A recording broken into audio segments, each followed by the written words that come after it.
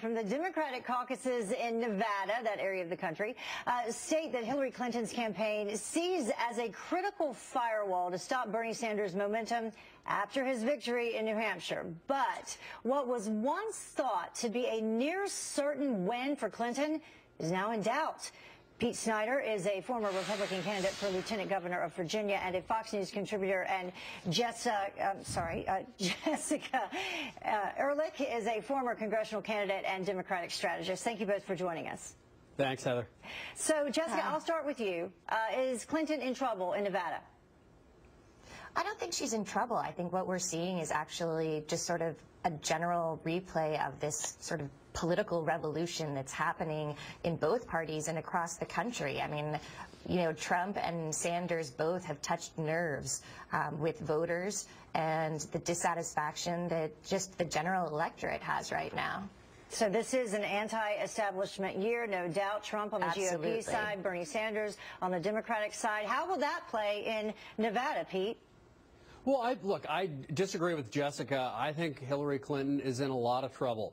She had a 25-point lead that she was boasting about just a month ago. The burn is rising. You know, if you really look at these races, if the Democrats released the raw vote in Iowa, it would show that Bernie Sanders won there. He won by a landslide in New Hampshire.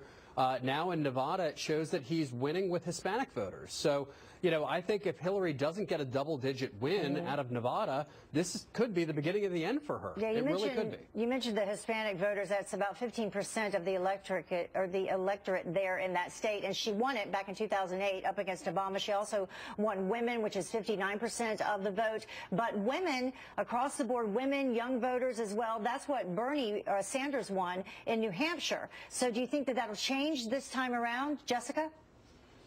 Well, I think what's really interesting is, for me, we need to stop looking so much quite at like race or ethnicity of like Hispanic voters or black voters and look more at the socioeconomic and age gap that we have here.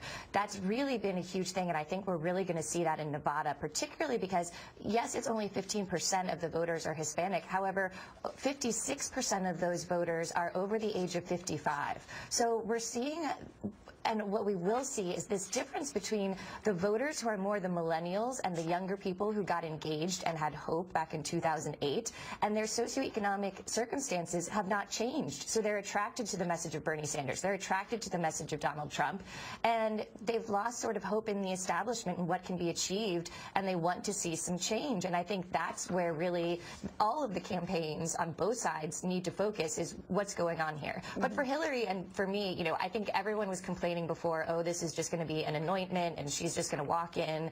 And I think this is an excellent thing for the party to have this kind of vigorous debate that we're seeing now, to get people engaged, to have voters out there, people caucusing and working on the ground. It's really important for the future of the party. Pete, so the undecideds, there's no polling at all that has come out of Nevada so far, but some of the early estimates, about 9%, say that they're undecided, 8% for Hillary and about 9% for Bernie Sanders. Will that make a difference? It certainly will. Nevada and their caucus system is very hard to poll. That's why you see so little of it right now.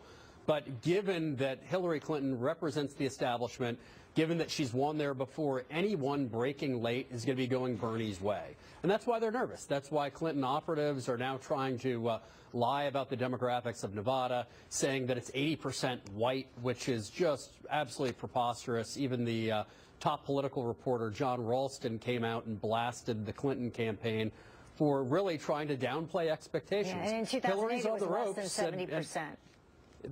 Hillary's on the ropes, and it's going to be problematic if she drops this one. So, Jessica, what do you think if she doesn't make it in Nevada and if Bernie takes Nevada? If that happens, then what does that mean for Clinton?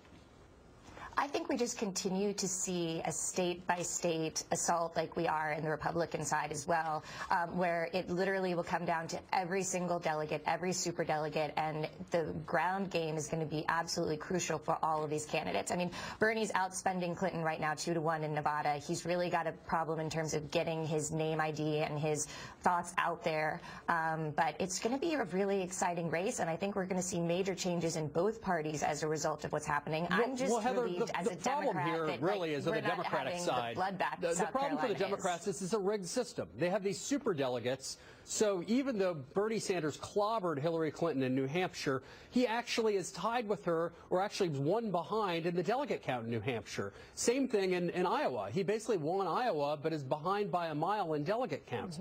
The Democrats have a right to be upset. Younger voters have a right to be upset. The system's at the last rigged. minute, which we saw that the superdelegates switch at the last minute. If you want to talk about a rigged system, the system's rigged, Jessica. That's why there's so much upset. Do the GOP voters system is really absolutely understand rigged. what that means when they head to the polls? And that is up for debate as well.